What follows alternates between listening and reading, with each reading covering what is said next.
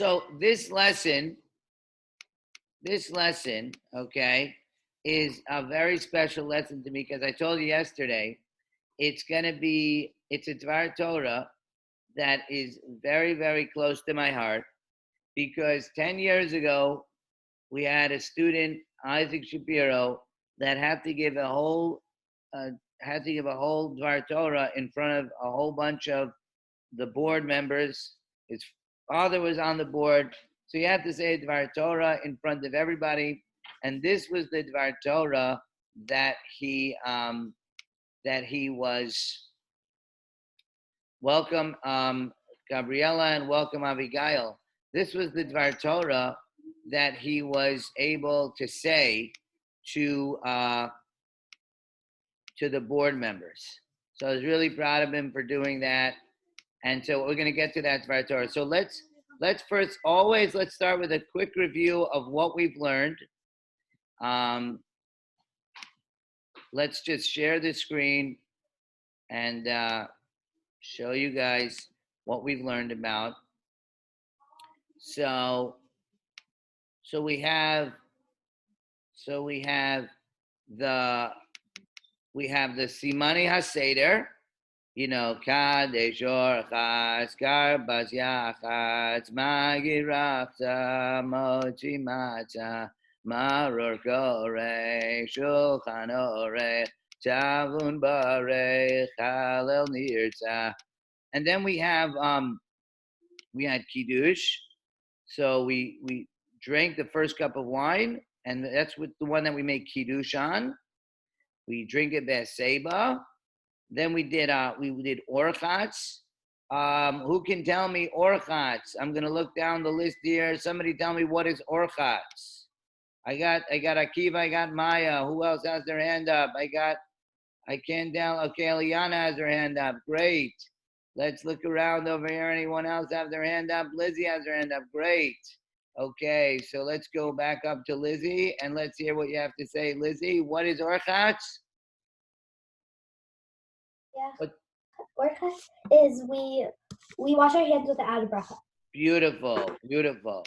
All right, so what is Karpas? Anybody remember what it's called? Shmaya, go ahead. What is Karpas?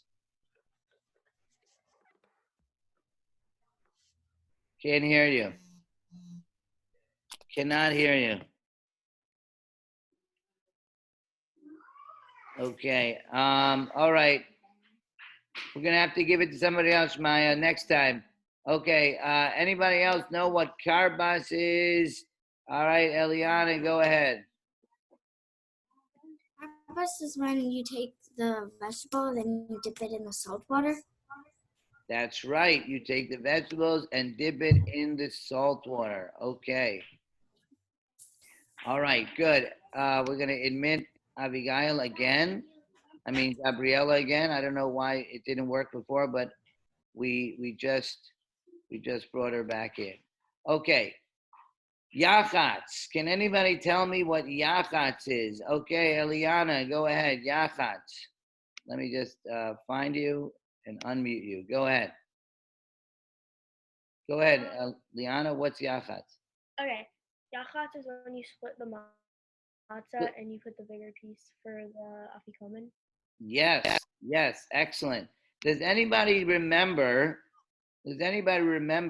Please don't write on the screen. Please don't write. I have settings that I can not allow that, but it's not necessary. You should just listen to me and please don't write on the screen. Okay, thank you. Whoever that was that listened, thank you so much. Okay, so can anybody tell me the Dvar Torah a little bit in their own words? Why is the bigger piece saved for last and the smaller piece saved for put on the table? Okay, I see we have Daniel's hand up. Good job. Maya had her hand up. Kayla has her hand up. Good. Shmaya has his hand up. Ruthie has her hand up. Okay, so only a few people. I'd really like to see that we all kind of know this Dvar Torah. This is one of our bigger ones. But let's go to Daniel. Daniel, tell me a little bit what you remember as far as the Dvar Torah by having the bigger piece later and the small piece on the table. Go for it. Like, we want Hashem to be with us all the way to the end. And what was the mushal? Can you remind the class about what the mushal was? Like, there was a guy who invented a telescope that can see anything, and another guy invented a car that can travel anywhere, and another person invented a medicine that can cure anything. One day, the guy at the telescope sees that a princess is very sick, so they drove the car over to the castle, and the guy with the medicine gave it to her. Then the king said, as a reward, one of you can marry my daughter. And the princess says, I want to marry the one that saved the medicine boy. That's it. Yeah, so why did she say that though? How did she explain herself? Well. Yeah, Danielle? Like, I know. he wants to make them all the way to the end. Meaning I needed all three of you.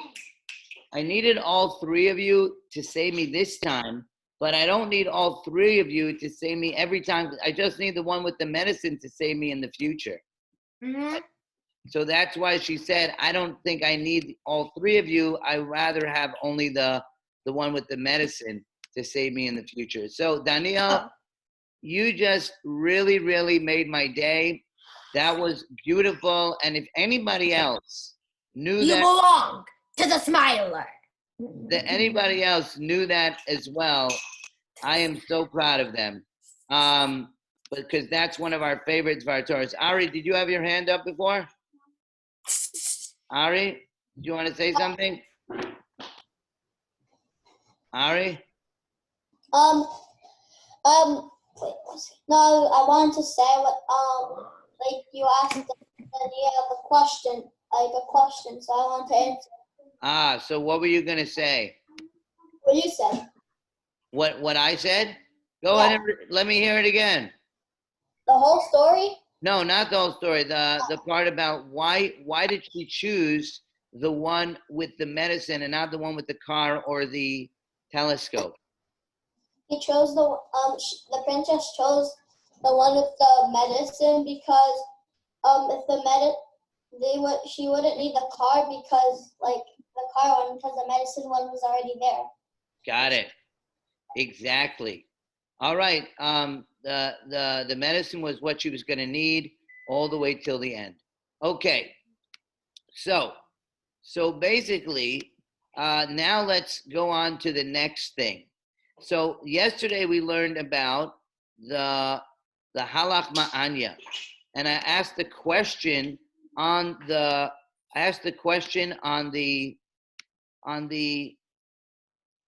Google Classroom. I asked you guys, why do we start the halach ma'anya? Why do we start magid? Magid is the part of the Seder where we tell the story.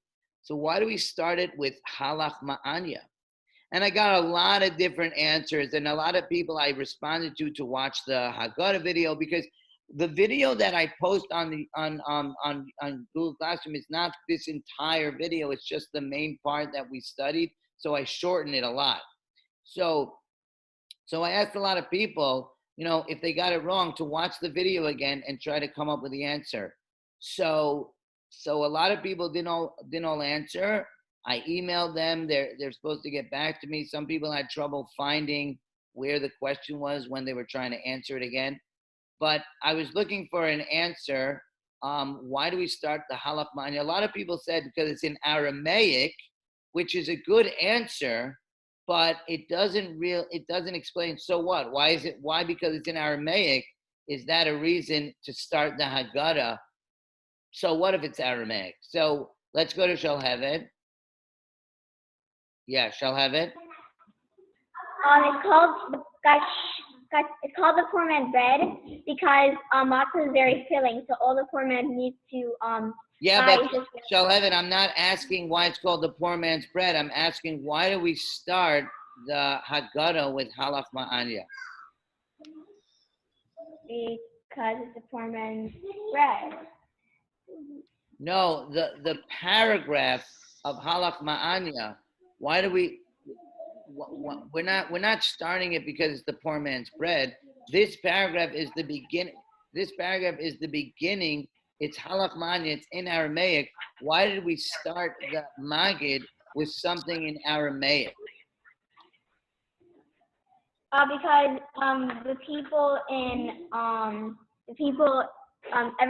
the Hachamim wanted everybody to understand the Haggadah, so they put it in Aramaic, which is the main language at the time. Yes. Yeah. Okay. So basically that's the answer. Good job. So now, why do we call matzah the poor man's bread? That's because when they were slaves, we gave them, the Egyptians gave us matzah because it would stay in their system for a long time, and they had to, and it was and this way they didn't have to buy food for them a lot. They didn't have to pay for their food a lot. So we're moving on today. So these were the two questions that we did. And then we have Isaac's Dvar Torah. So we're going to do that right now. And that is what we're going to conclude our Haggada lesson for today. It's going to be Isaac's Dvar Torah. The next lesson, I'd like to be able to sing with you some of the Haggadah songs that we've done so far. And the lessons to come, Avodah Mayinu, Manishtana. There are so many great Haggadah songs that we gotta really sing. So here we go with Isaac's Dvar Torah. Now I don't know if when I click on these things, if we're gonna hear any music, but there used to be recordings in this lesson that would go when we started it. So we're gonna get to that in just a second. All right. And then we'll get to that as well. So that takes us to a page. Let's see what happens when we press this. Can you hear the music? Put your thumb up if you can hear the music. Okay, so I guess they're working. All right, so here we go. Let's read through this Dvar Torah. Magid is one of the most important parts of the Seder. It is the story of how Hashem helped us succeed against all odds and took one of the first steps towards making us his chosen people. Why then do we start Magid by pointing to the matzah and announcing this is the bread of poverty? Why do we start to tell such an honorable story by mentioning something so shameful? Okay, so in other words, just to explain it a little in my own words, so you have an amazing story. There were miracles, and we really believe this happened. Our Hashem lifted us up out of Mitzrayim. Please don't write on the screen. Thank you. Hashem lifted us up in Mitzrayim. So it's an amazing thing. We went from being slaves to being free men. But how do we start the story? This is the bread of poverty. Hello, please don't write on the screen for the second time. That's not how you start a story, okay? That's supposed to be exciting and dramatic and we're grateful about it. Like, this is the bread of poverty. I mean, it's kind of anticlimactic to start the story that way. Why do I say that we start the story by saying this is the bread of poverty? Because that's what Halach Ma'anya just said. Halach Ma'anya is you start Magid by saying this is the bread of poverty. Halach Ma'anya, and you're supposed to point to the bread of poverty. You're supposed to point to the matzah. So isn't that a weird way to start such an amazing story? So that's the question that we're gonna, and as always, a lot of our Divrei Torah on Pesach come from a famous rabbi known as the Duvna Magid. And he's famous because with every Dvar Torah that he gave, he always gave a mashal to explain his Dvar Torah. So basically, here's his mashal to explain why we start the Haggadah with pointing to the bread. Okay. The question can be answered with the following mashal. Once a king was traveling through the fields when he heard the sounds of a flute being played. And here's the music. Why is it? So just imagine you're in the middle of, the king is walking in the forest and he hears somebody playing this flute. Like, what's going on here? Why in the world there's somebody playing a flute here? It's kind of strange that would be in the middle of the forest. So that is what's going on over here. Okay, here's the flute, and I must find this musician, he said to himself. Whoever it is obviously a very special person. As it turned out, the musician in question was actually a young shepherd. Having spoken to him for only a few minutes, the king realized that this simple young fellow was a man of superior intelligence. He offered him a position in the royal palace, and the young shepherd accepted. Okay? So here's what's going on over here, right? We have a king going into the forest, and he hears the sound of a flute. He's curious to see who this person is. He finds the person, and all of a sudden, he says to himself, wow, this guy is amazing. He is so smart. I want to hire him and bring him to my palace. So that's what he does. He hires him and brings him to his palace. Now, so when he gets to the palace, the young man quickly proved his value. He rose in power to become the king's most trusted and respected advisor. It seemed that the king wouldn't even change his shoes without first consulting the former shepherd. So, though the king's respect for his new chief advisor increased every day, the young man's popularity decreased steadily among his fellow palace workers. All right, so the people who used to work for the king, so they felt like, why does this guy, Aryeh and Eitan, is everything okay? We're not playing with anything on the screen, right? Okay, good. So why does he get to be so? Why does he get to be so high in the position that he's in? We've been here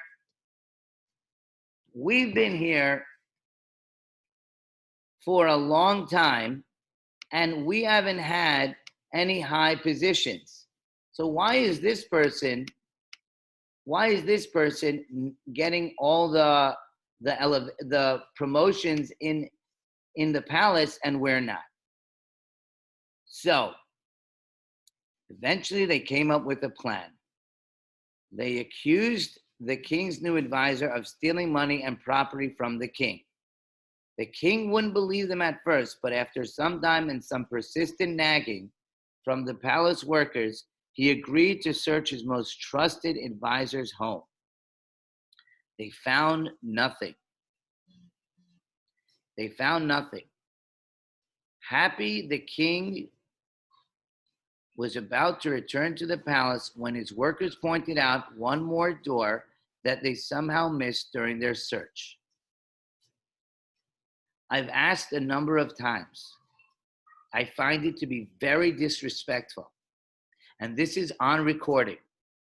I've asked a number of times to the student who thinks it's funny to write on the screen while Rebbe's teaching.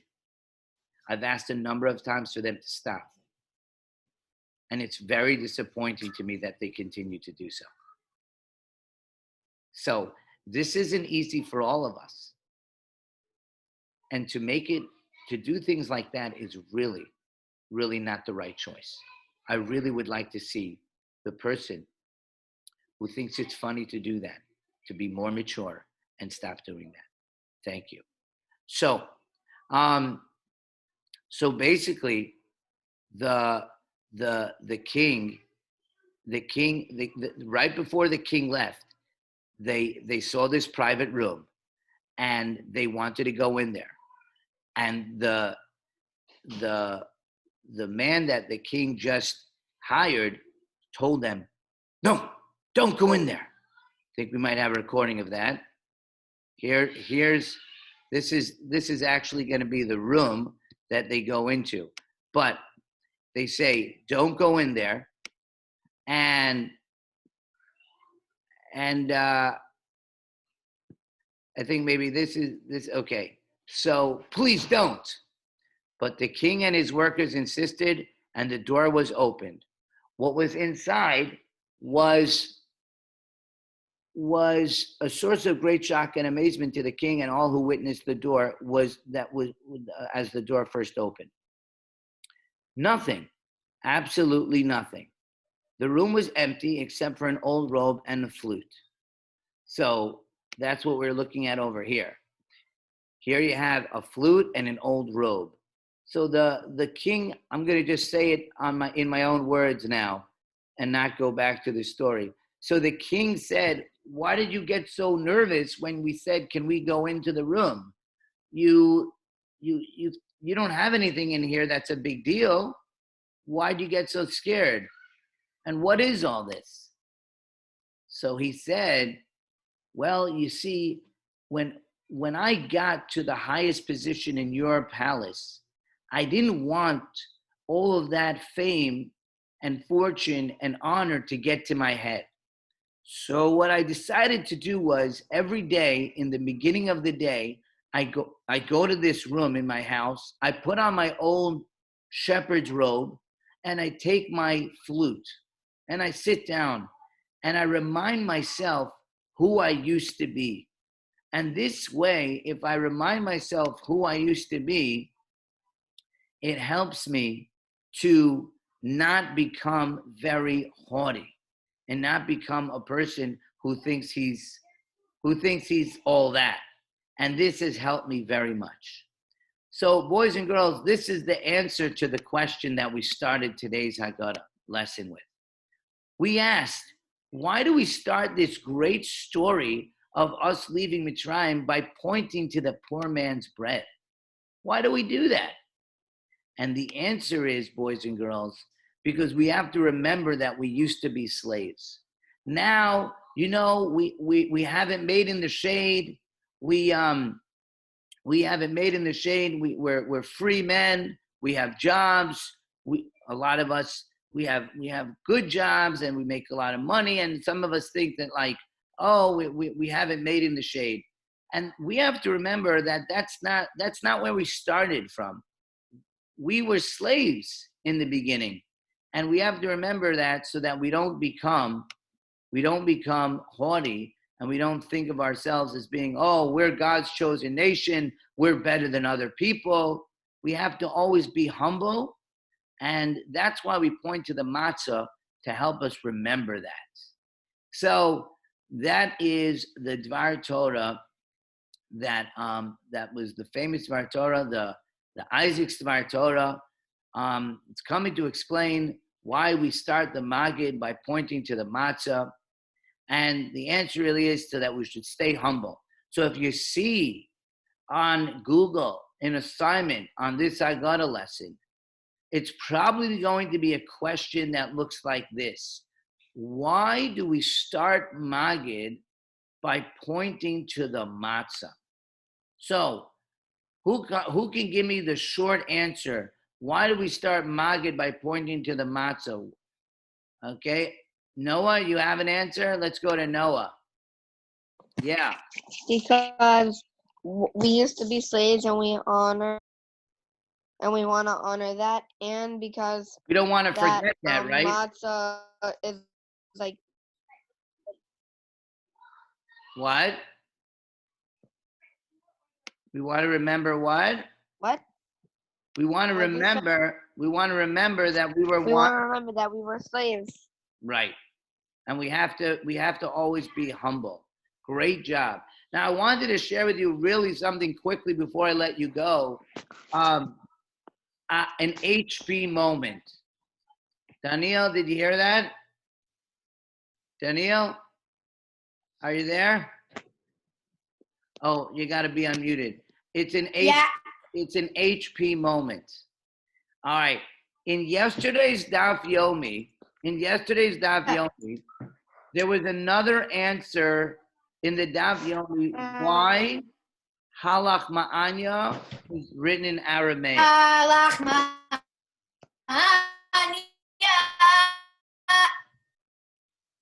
There's another answer why the Halach Ma'anya is written in Aramaic. That is an amazing HP moment because we studied that in our Haggada lesson yesterday. And in the Gemara that the entire world is learning right now, the Daf Yomi, that question was answered, but a different way than we said it. What was our answer? Why was Halach Ma'anya written in Aramaic? Paige? So that everyone could understand it. Yes. Everyone could understand the beginning of it. Yes. So now, let me tell you what the Gemara in Shabbat, in Daf Yud Bet in Mesechet Shabbat says. It says there that Aramaic is a language that the angels don't understand. Now, normally, we want the angels to understand. Normally, we want the angels to understand because they take our tefillah to Hashem. But you don't need the angels to take your tefillah to Hashem if Hashem's right there. If Hashem's right there, so then you don't need messengers to bring your tefillah to Hashem. So normally when we daven, we have to daven in Hebrew because that language the angels understand and they take it to Hashem. But if we daven in Aramaic, normally on a regular davening, they can't take our tefillah to Hashem and our tefillah have to travel to Hashem. But what if Hashem would come straight to our house? If Hashem would be literally right in our house, then we can say it in Aramaic because he understands that and we don't need angels.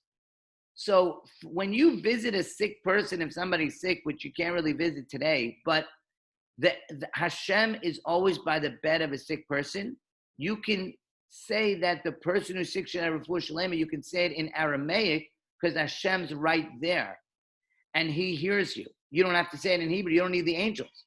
Well, when we start our Seder, this says in the special holy books that Hashem comes to our Seder. Hashem is literally, you know how we have the Ushpizin on Sukkot? Well, we have Hashem at our Seder. And he can hear us. So therefore, when we ask Hashem in Halach Ma'anya that now that we are slaves, next year we should be free men, and now we are not in Israel, next year we should be in Israel, we can say it in Aramaic because Hashem's standing right there and he understands all of our tefillot. I want to give a big ashgacha. I want to say that I know it wasn't easy. So, you know, and sometimes people get bored and it could be understandable that someone is being silly and writing on the board during the class. But I do want to say I'm proud of that person for taking my word seriously and being mature about it and letting me continue to teach. I appreciate that. So, every